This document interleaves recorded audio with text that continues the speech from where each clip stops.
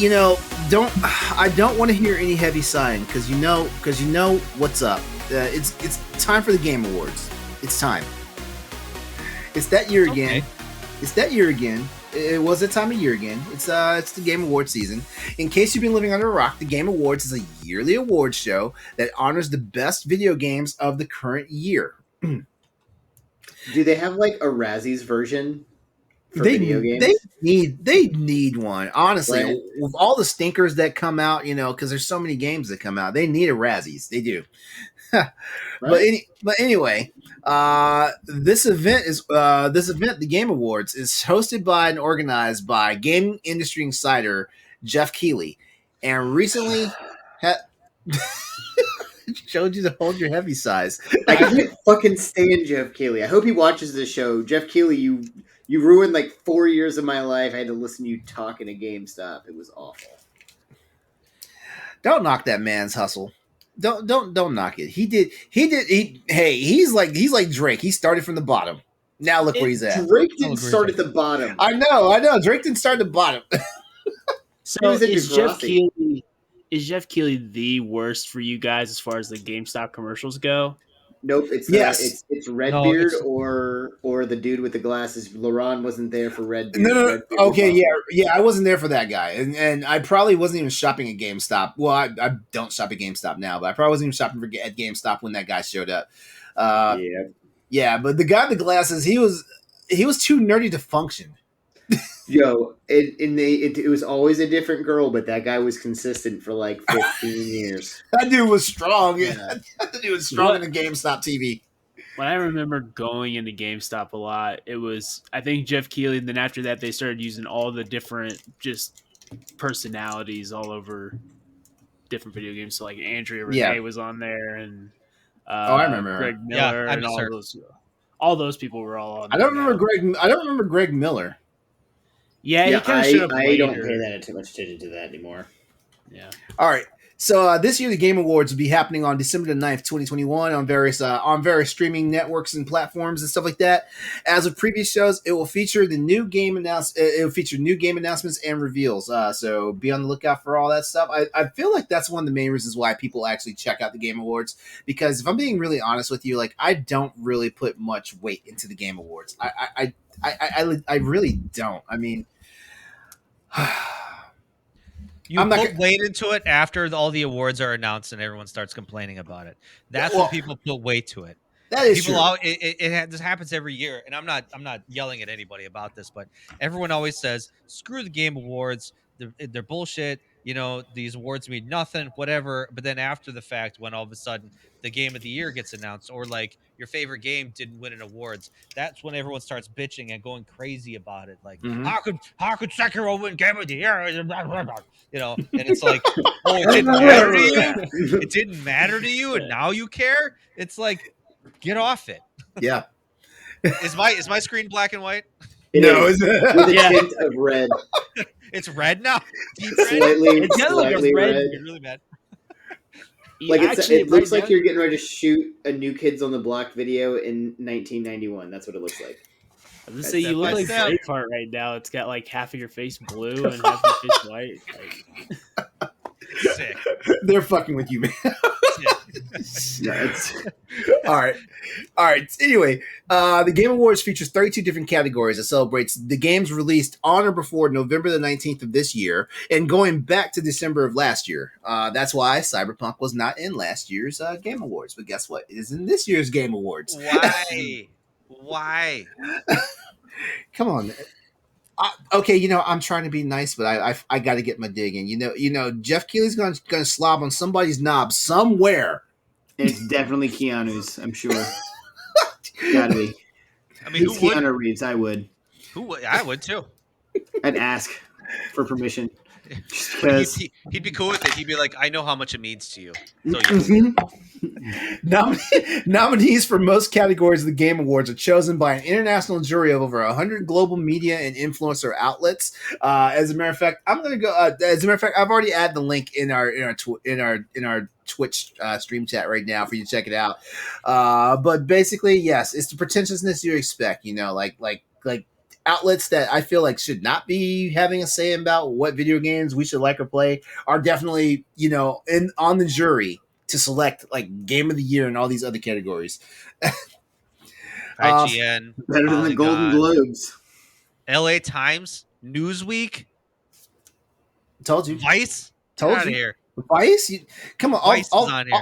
All Vice is good for is reporting about sex and drugs. Right, yeah. That's all they're good. That's all they're good reporting on. Whoa, Yeah. time This out. is Time out. happening. Actually, in your wait, hold backyard. on. Time out. Wait, Chris, before you get started. Wait, Chris, before you get started. Yes, they also report about like things going on in prison. They do. Also, wasn't talking about that. I was going to say Dark Side of the Ring. But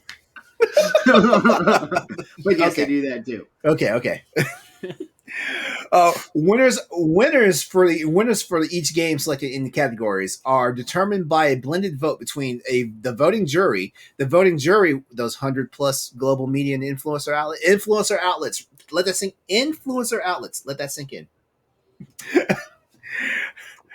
That voting jury counts for 90% of the votes that are tallied. The public fan voting only counts for 10%. Fans can vote on their favorite games on the Game Award on GameAwards.com and also via social media platforms in select categories.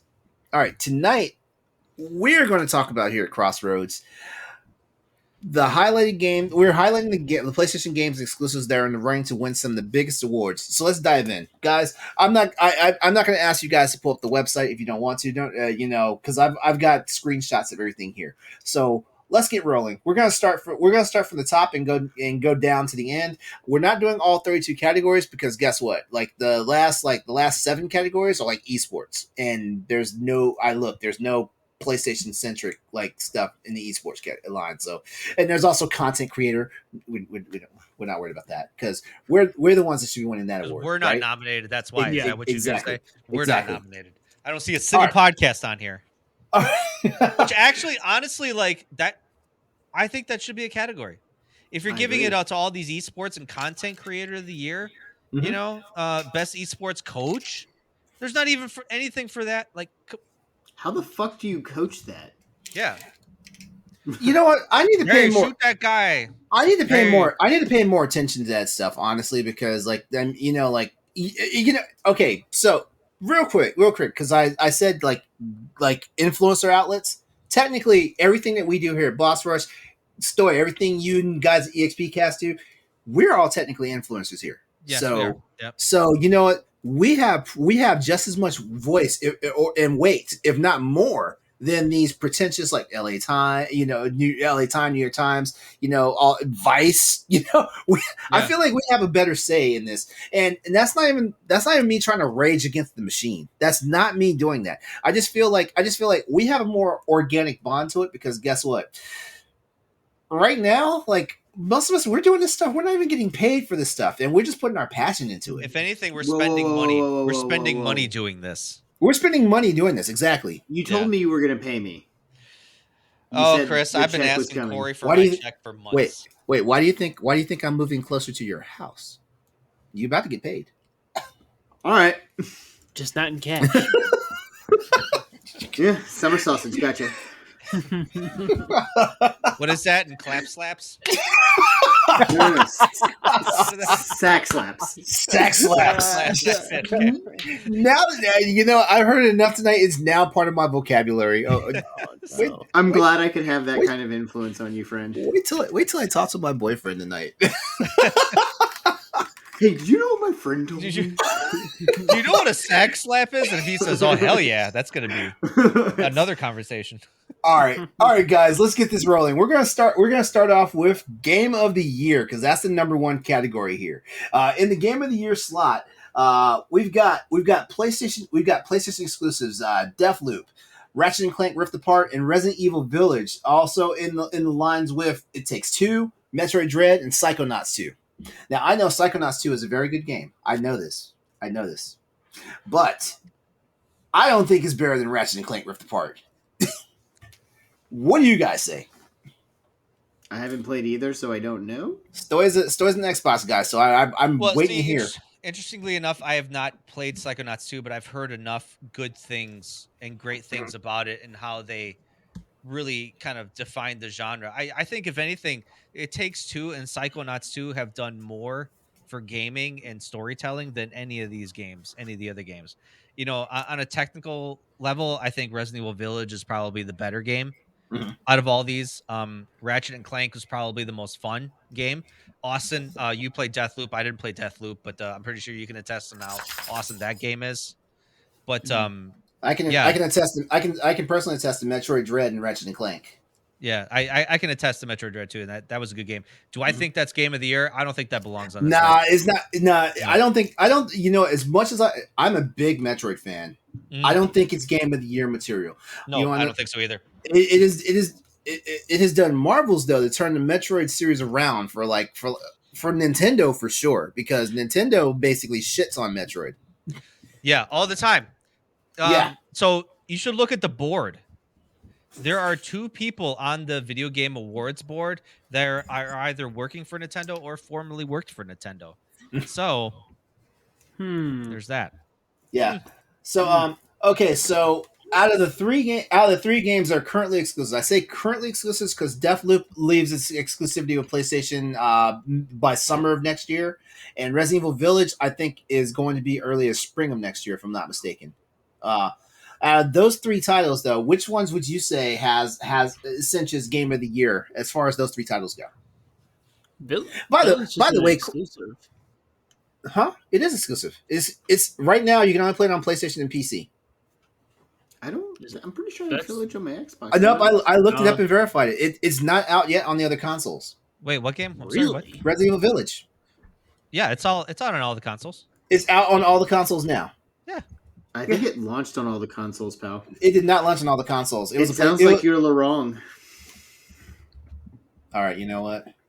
I'm doing this. I mean, I see on Wikipedia it's on all of them. I looked at Wikipedia the other day and it did not say that. When I was putting these notes together, it did not say that. May 7th, 2021, Xbox. That's what happens when you go to resident.evil.village spelled with one L dot. Okay, my bad then. Thanks for correcting me then. Well, shit. We're all here PlayStation for you. This came out on Stadia. Don't forget that. The marketing stuff. They were. It almost seemed like it could have been exclusive. Well, you know what, guys. Thank you for correcting me. Okay, so out of Deathloop and Ratchet and Clank Rift Apart, which one's game of the year? I haven't played either. I'm gonna pick Ratchet and Clank because I played that. You guys did this. I've been playing both. I haven't finished Deathloop, but I did finish Ratchet and Clank, and I think Deathloop is my favorite so far. Mm. It is not my favorite Ratchet and Clank game. I have not played Deathloop yet, but I'm about to grab it on PC because it's $30. Can I say how? I mean, and I don't mean this in a bad way. How lame this list is. I mean, admittedly, we haven't had for obvious reasons, and I'm not going to get into that. But we had a pretty slumpy year in terms of video game releases. In gaming. We're talking like AAA games. Like a lot of games got pushed back to next year. Yeah, which sucks for our bank accounts because man, like God, 2022 is. Yeah, 2022 is going to hurt. I don't know how I'm going to survive, given that I'm getting ready to move. I don't know. Yeah. So I want to know how close you're moving to me. I'm going to come over all the time. All of the time. I'm coming up Warwick Boulevard. I'll tell you that much. Oh boy. Oh, okay. But anyway, yeah. So I mean, admittedly, like the fact that you put like a game like Metroid Dread on here, it's like it doesn't really belong there. But Nintendo being on the board, it's like, hey, we got to have something. True. And here you go. Yeah. This is it. Yeah. I agree with that. Honestly, it was just a really slow year all around, and I honestly think maybe the indie games even had more of a. I feel like Death's Door and, in my personal opinion, Chicory should be on this list maybe instead of a couple. Totally of agree, games. 100%. There will never be an indie game nominated for Game of the Year. Never. Which is unfortunate because I'm sure Death's Door is better than all of those games. That game was incredible. Yeah. Kana should have been up there. Yeah. But it's Here, It's some bullshit. let's hit a few more. Let's hit a few more of these before we sign off tonight. Okay, best game direction. Let's see. On this list, we have Deathloop. Remember, I'm just highlighting games that are on PlayStation right now. They're PlayStation exclusives because I know you can play It Takes Two on PlayStation. I know that, but right now you can only find these games on PlayStation. That's why I'm doing the highlights of them. For best game direction, we have Deathloop, Returnal, and Ratchet and Clank Rift Apart. Just real quickly, what do you guys say? Returnal. Returnal? Yep, I agree. I think out of I'm all these gonna games, say- I mean, besides It Takes Two, but out of all these games, it did something the most different. I'm gonna say Returnal, but I mean, give a shout out to Deathloop because they are doing it a totally different way. Yeah. This is a great year for roguelikes, which is one of my favorite types of games. And Returnal did something new, and Deathloop's doing something totally different with it, and it's great. I love it. Yeah. As much as I love Ratchet and Clank Rift Apart, like Ratchet and Clank Rift Apart was more of the same, except it was really nice and shiny. Mm-hmm. Yes, it's Well, a honestly- really good looking game. Honestly, if you need another tech demo for the PS5 besides Astrobot's Playroom, you get Ratchet and Clank Rift Apart. Yeah, really. Yeah. Honestly, it's the only game on the PlayStation 5 that really pushes the hardware boundaries. Yeah, pushes. Yeah, exactly. Yeah. Yep. Let's see. This is all to be expected, though, right? It's been a light year with the pandemic. You know, Yep. you're not getting as many like top tier grade A games, which we still got. And again, the indie games have been really crushing it. Like I really have been leaning into buying just indie games. Mm-hmm. You know, I have a few of the top tier games. I've already pre-ordered Horizon. I haven't, but I'm going to pre-order Tiny Tina because I have to have that shit. Yeah. All right. Go For best Borderlands. art direction, once again, Deathloop shows up as well as Ratchet and Clank Rift Apart, but we also have Kana Bridge of Spirits in that list. That game was beautiful. I haven't seen anything that can touch it. Like Stoy said, there's a like you just catch yourself looking at things. You know, Yeah. there are meditation places where you can just literally sit and just take in what's going on around you, and it's a beautiful game. I'm not going to watch the Game of the Year awards. I don't give a shit about the Game of the Year awards. Personally, my thing is the Oscars. When we do the Oscars episode, which we will naturally do, then I'll be really excited about it. Who's doing the Oscars episode? I don't know. I just made that shit up in the hopes that somebody would talk about it. Man, I used to be really in the Oscars because I used to watch all the movies that would be at the Oscars. I was a Me huge too. film buff through high school and college, and I the still last do. 2 or 3 years, I have not kept up at all. It's been terrible. This year was a little bit harder, but we watched all of them the year before. The year that Parasite won. And that was the first time that I've watched the movie that won that I went, oh yeah, no, that's gonna win. Yeah. Because that movie was good. Like that dude, and you know, I found a lot of movies because of that, like because of the Oscars, because not everything gets big, huge releases. One of my all time fucking favorite movies. When you ask me what my favorite movie is, I will tell you Ghostbusters and Whiplash. Whiplash is an incredible film. Yeah, that was a movie I didn't know until the Oscars came, and then when I saw it, I was like, "This is a great movie." Are you one of those single tier people? Do I look like a double fucking rainbow to you? I love that movie. Yeah. J.K. Simmons earned that Oscar. I love that film. All right, so in the best indie category, we have Kana Bridge of Spirits going head to head with Inscription, Death's Door, Loop Hero, and 12 Minutes. That's going to have to be either. I mean, I haven't played the other ones, but I can't imagine anything really being better than Kana or Death's Door. So I'm happy with either one. I honestly feel like Death's Door is going to win best indie, but when we come around to best debut indie, because that's the title. I mean, that's a category. Kana has a shot there because we have the Artful Escape, the Forgotten City, Kana, Sable, and Valheim. Now, Valheim, I'm hearing wonderful stuff about, as well as the Artful Escape, but I have a funny feeling because if you look at the roster of people who are voting on these titles, I feel like Kana Bridge of Spirits is going to get best debut indie. I mean, for that being their first indie game and making it almost a double to almost triple. It looks like a AAA title. Yeah. It looks like a AAA fucking title. It's amazing. Absolutely. Yeah. Also, by the way, we get 12 minutes next week on PlayStation. It's coming. Jokingly here, like Nintendo basically has the best family category. Like it's 4 Nintendo games, then It Takes Two. And like 3 of them are remakes or old games put into new stuff. I think WarioWare might be the only one that's not. Yeah, Yeah. yeah, You know, they might as well change that to just best Nintendo game. yeah. Right. True. That category. Yeah. All right. When Death's Door comes out on the Switch, I'm going to buy it and play it on the Switch. And when it comes out on the PlayStation, I'm going to buy it and play it on the PlayStation. Isn't it already out on PlayStation? It might be. I thought it just dropped. I thought it just dropped. Story, yeah, I think just did drop. Yeah. It is. I thought it just dropped because You I'm motherfuckers just cost me some money and don't tell my wife. you know what, Is she gonna listen to this episode? you know what you're No, always she listens to me talk in general. you know Yeah. you're always saying don't tell my wife. You know you can. I do that because that's the thing, and it's funny. I would walk in there and be like, "Hey, I spent $20 on a video game," and if she got mad about it, I'd say, "Okay," and then it's Too late. $20 already spent. All right, It's already spent. all right. We don't argue like that. It's just it's more funny. We have time for one more here. So we're gonna go most anticipated game. We have God of War Ragnarok, Horizon Forbidden West, the sequel to Breath of the Wild, Starfield, and Elden Ring. Now, if I'm talking as me a PlayStation gamer, it's going to be Horizon Forbidden West. If I'm talking for me as a PlayStation gamer, it's going to be for Horizon Forbidden West.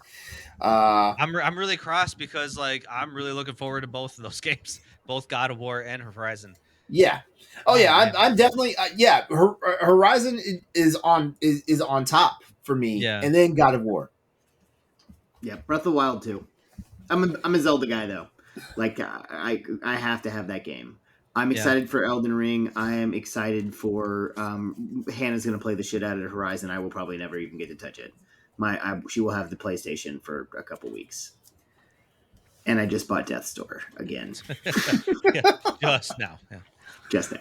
I'm actually really curious to see what Starfield is going to be like. So I'm gonna be the odd one out and say Starfield. That's I cannot wait. That is the game that I need the Xbox for. Same, because I mean, it's good Fallout style storytelling. If it's gonna be same like that Fallout Elder Scrolls kind of storytelling, but just like way updated game engine, like, I'm really looking forward to it. Yeah.